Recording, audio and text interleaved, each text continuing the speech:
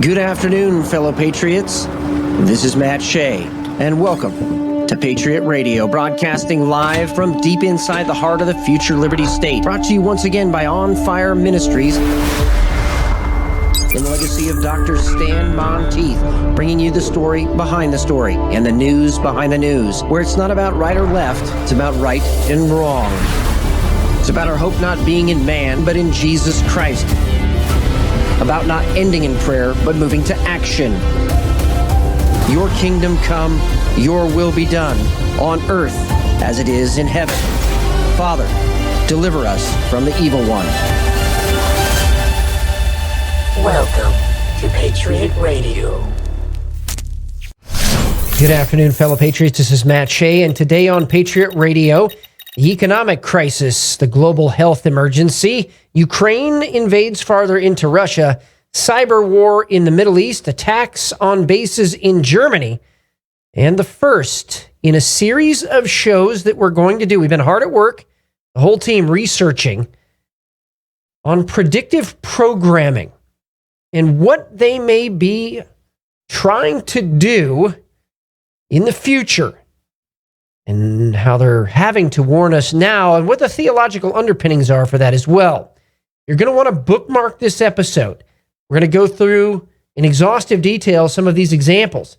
And I'm also going to tell how the Bible clearly spells this out and why Satan has to warn people about what he's about to do.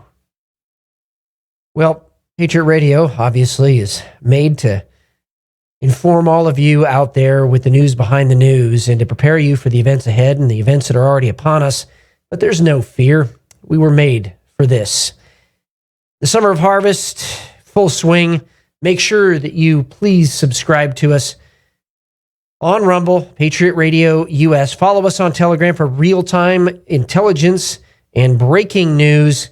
Also, you can support two great causes, Patriot Radio and the Epoch Times, with promo code Patriot Radio when you renew your subscription. And you can support Patriot Radio and Z-Stack Life with promo code Patriot Radio there as well, feeding your mind and your body with the things that will make it healthy and strong.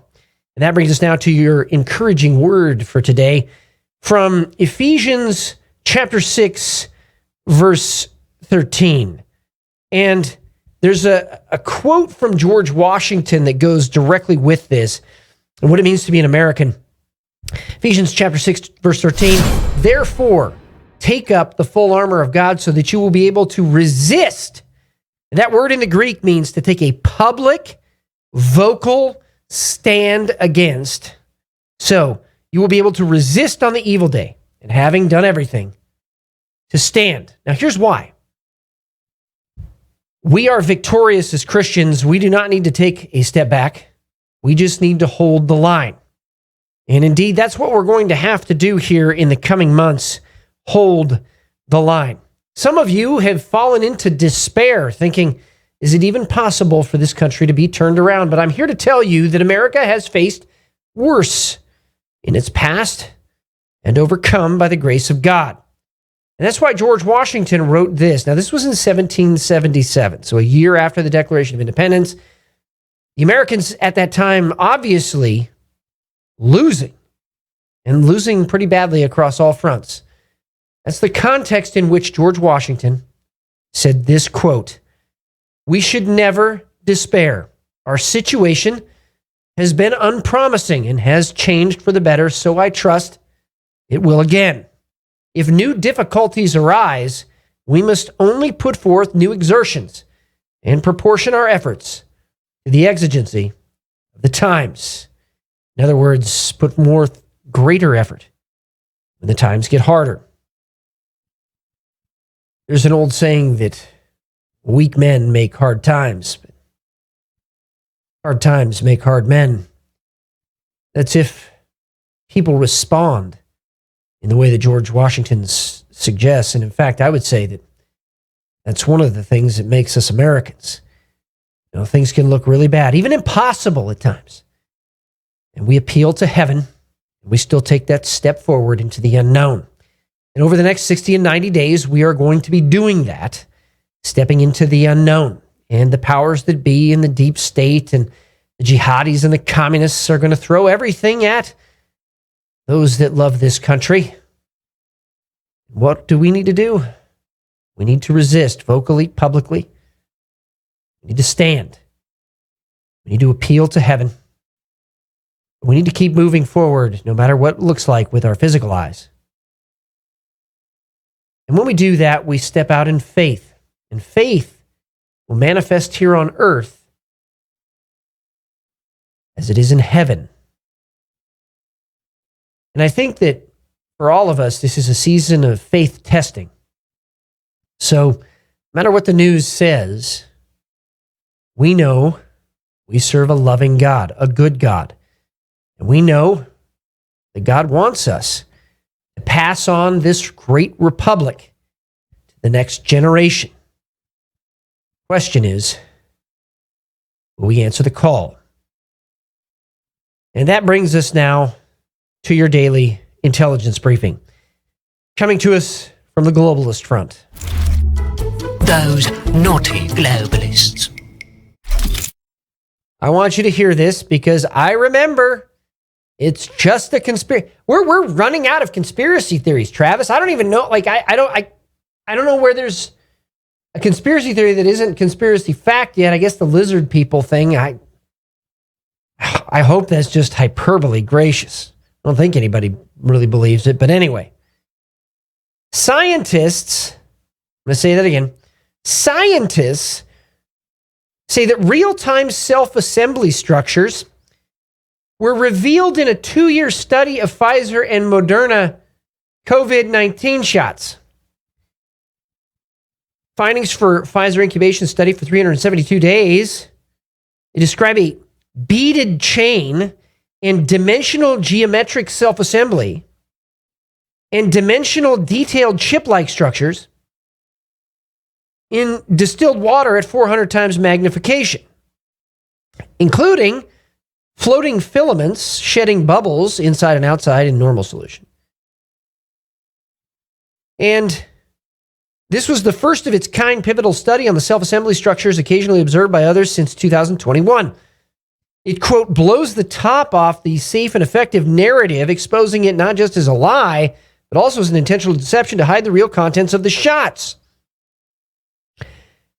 After all, the shots were billed as containing mRNA, which is considered to be synonymous with gene therapy. Indeed, mRNA was found to be present, but not one word was ever mentioned about artificial, non-biological, self-assembling structures. I don't even know where to go with that. If that's true, the implications are stunning. And here in the next month or so, we're going to get on an expert in regards to nanotechnology because we want to dive deep into this as well to educate all of us, including myself, on this issue. That brings us now to the China front. China admitted it was their ship, the Nunu Polar Bear, that last year damaged the gas pipeline Baltic connector between Finland and Estonia. Now, we reported on this on Patriot Radio. Now, China claimed it was an accident because of a storm. Finland responded by saying there wasn't a storm that day, and you can't lower your anchor to that depth accidentally. And oh, by the way, you would notice the impact of dragging an anchor on the sea bottom regarding maneuverability of the ship. Doesn't sound like an accident to me. China admitted it. I wonder what else China was involved in as well. And that brings us now to the East Front. A, quote, conga line of U.S. Air Force aerial refueling tankers have departed from RAF Mildenhall and RAF Fairford in the UK, heading towards the Middle East. Again, very simply put, a whole bunch of stuff is happening in preparation for a broader war there, and it does not look like this is going to be turned around. This morning, the Central Bank of Iran was the subject of the largest cyber attack in its history. as well as several other banks across the country. Banking systems were disrupted. The Iranians reported that ATMs across the country were down, and many have remained offline throughout the day today. Also, some Iranian officials have suggested that this is the largest hacking attack ever against the Iranian state in total. So again, we're pre-recording this episode, but you're going to see this, and there's going to be more information coming out, and we'll put that in the comments as well. Just looks like a cyber war has in fact started in earnest in the Middle East. It's already been going on, but in earnest. Iran's supreme leader, Ayatollah Ali Khamenei, the exaggeration of our enemies' capabilities intended to spread fear among our people by the U.S., the UK, and the Zionists. They consider us enemies. I don't know why anybody in the Obama and Biden administration thought it was possible to negotiate with them unless it was part of a plan to weaken us. The enemy's goal is to spread psychological warfare to push us into political and economic retreat and achieve their objectives. So he's calling out what the United States is doing to them and then says this. He suggests that refraining from a retaliatory strike against Israel would be a mistake. Now listen to this, because this is Islam. Emphasizing that according to the Holy Quran, retreat in any field, military, political, propaganda, or economic, leads to divine disfavor. Again, now you have a religious underpinning here by his own mouth as the supreme religious leader and political leader of Iran, that they really can't turn back from the brink. Also, the FBI has opened an investigation into June's hack of the internal communication servers utilized by the campaign of former U.S. President Donald Trump, which officials have stated is believed to have been conducted by Iranian state actors. Now, I have a question. You remember that billions of dollars we released to Iran? Obama and Biden? If that money was used to fund a hack attack against a U.S. presidential candidate and his website, would that not then be material support of election interference? Very good question. I wonder if anybody's going to research that. Also, Israel considers preemptive strike on Hezbollah. Per the Wall Street Journal, there is a growing contingent within Israel that believes the time to strike Hezbollah has come. Those voices are growing in number and are urging offensive action against the militant group as opposed to waiting for a major attack against Israel. 67% of Israelis favor more aggression against Hezbollah per a recent poll, with 42% saying offensive action should be taken against Lebanon's infrastructure. Now, why I bring that up, and this is from Knightsbridge Research, great organization, by the way. The issue for us here in the United States is Israel attacking Hezbollah's leaders going to be enough to deter Hezbollah from unleashing cells here in the United States? And the answer is probably not, which again leads to the direction of a broader regional war. Also coming out of Afghanistan today from Global Eye News, the Taliban showcased American military equipment. If we could bring this up, so embarrassing. American military equipment left behind after the U.S. withdrawal from Afghanistan in a military parade. Absolutely shameful. Who did this? Who was behind this? Well, that's right. Joe Biden and Kamala Harris. Also, we're going to move next to the Russia front. Poland just signed an agreement with the United States to domestically produce 48 launchers of the Patriot missile defense system for the next 6 Patriot batteries it is buying. The deal is worth $1.2 billion. Every single day, we're getting a news report on Poland arming. Every day. And clearly, they're anticipating a broader war in Europe. Also, 2 military bases were put on lockdown in Germany after a suspected sabotage operation. Investigators believe the water supply... Now, everybody pay attention to this, because the water supply in the United States is vulnerable. People need to start asking questions about how our water supply is secure. Listen to this. Investigators believe the water supply of the German army base in Cologne and the NATO base in Gelsenkirchen have been contaminated. Signs of poisoning have appeared. I think it's Gelsenkirchen, whatever. All right. Signs of poisoning have appeared. So it looks like those water supplies are contaminated. We're going to continue following this because sabotage operations is one of the indicators of preparations for a broader war in Europe. Also, Ukraine claims new advances in Russia. Belgorod, so this is the neighboring region to Kursk, declares an emergency.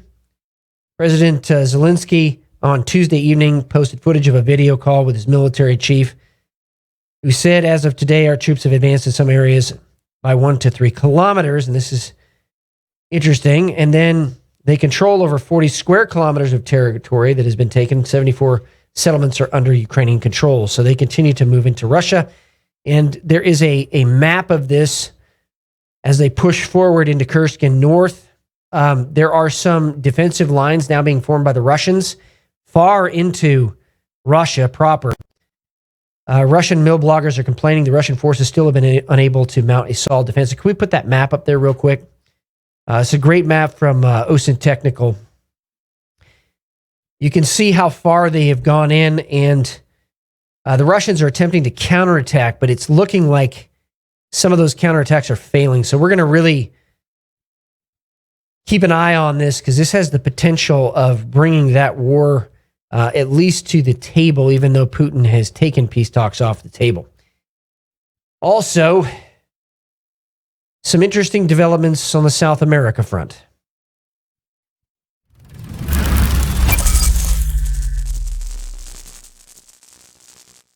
So, the Vatican sent a new nuncio, and for those of you not familiar with that terminology, that is an ambassador to Venezuela.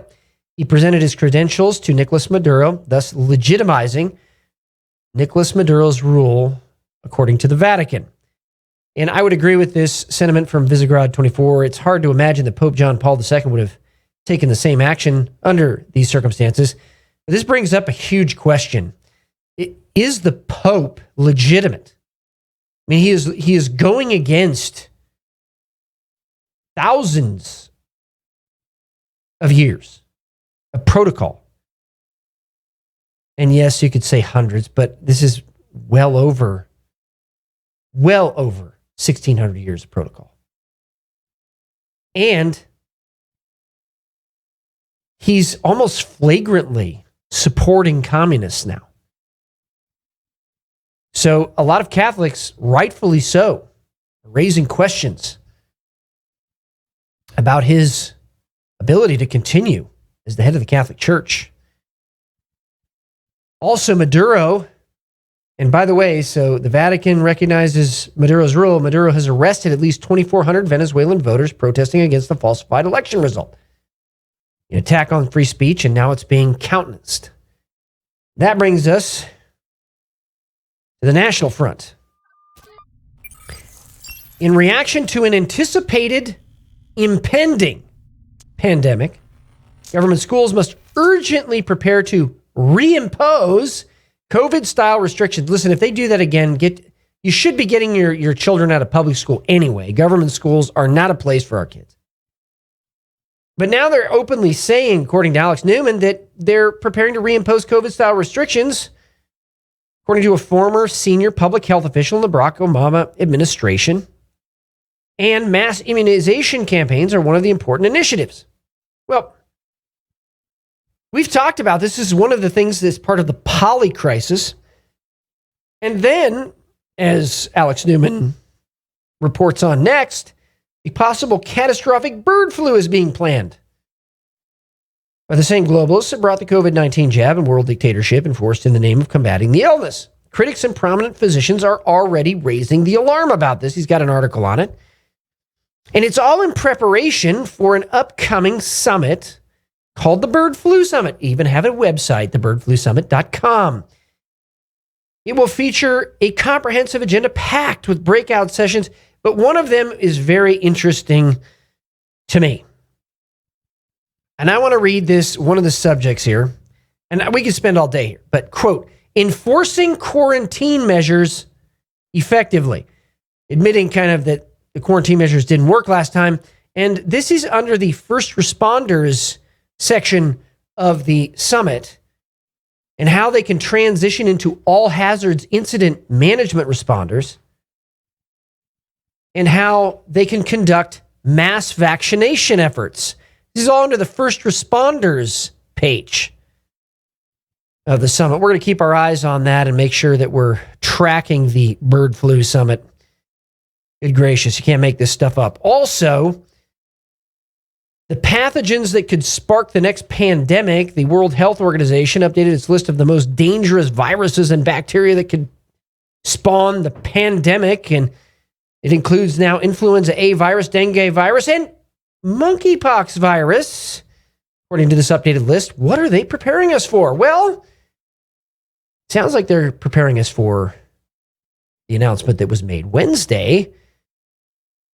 World Health Organization declares monkeypox outbreak a global health emergency just months before the presidential election. And they are setting up, this isn't a full-blown pandemic according to them, but they're setting up, obviously, that it'll be something. Almost as if it was on cue. Bringing us to elections, Republicans file emergency SCOTUS appeal to uphold proof of citizenship to vote requirement. Okay. If you have to be a citizen to buy firearms or show an ID to buy a firearm, I mean, voting is actually more important even than that. Why are we not requiring proof of citizenship to vote? Because if you're not providing proof of citizenship to vote, quite literally, you are allowing foreign countries to dictate American election results. You are allowing agents of foreign countries to help predict election results. Like, that can't possibly be American or constitutional. We're going to be following the results of that here coming up as well. Which brings us to Las Vegas, Nevada, where the recent DEF CON conference occurred, and hackers at that conference found multiple vulnerabilities in electronic voting machines and related equipment. However, these numerous and consistent problems they found cannot be fixed before the election.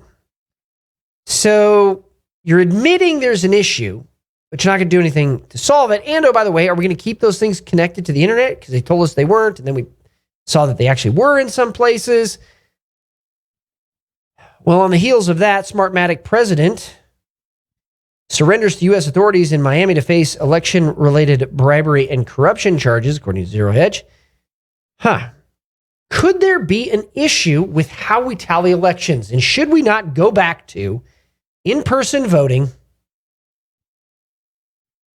showing IDs,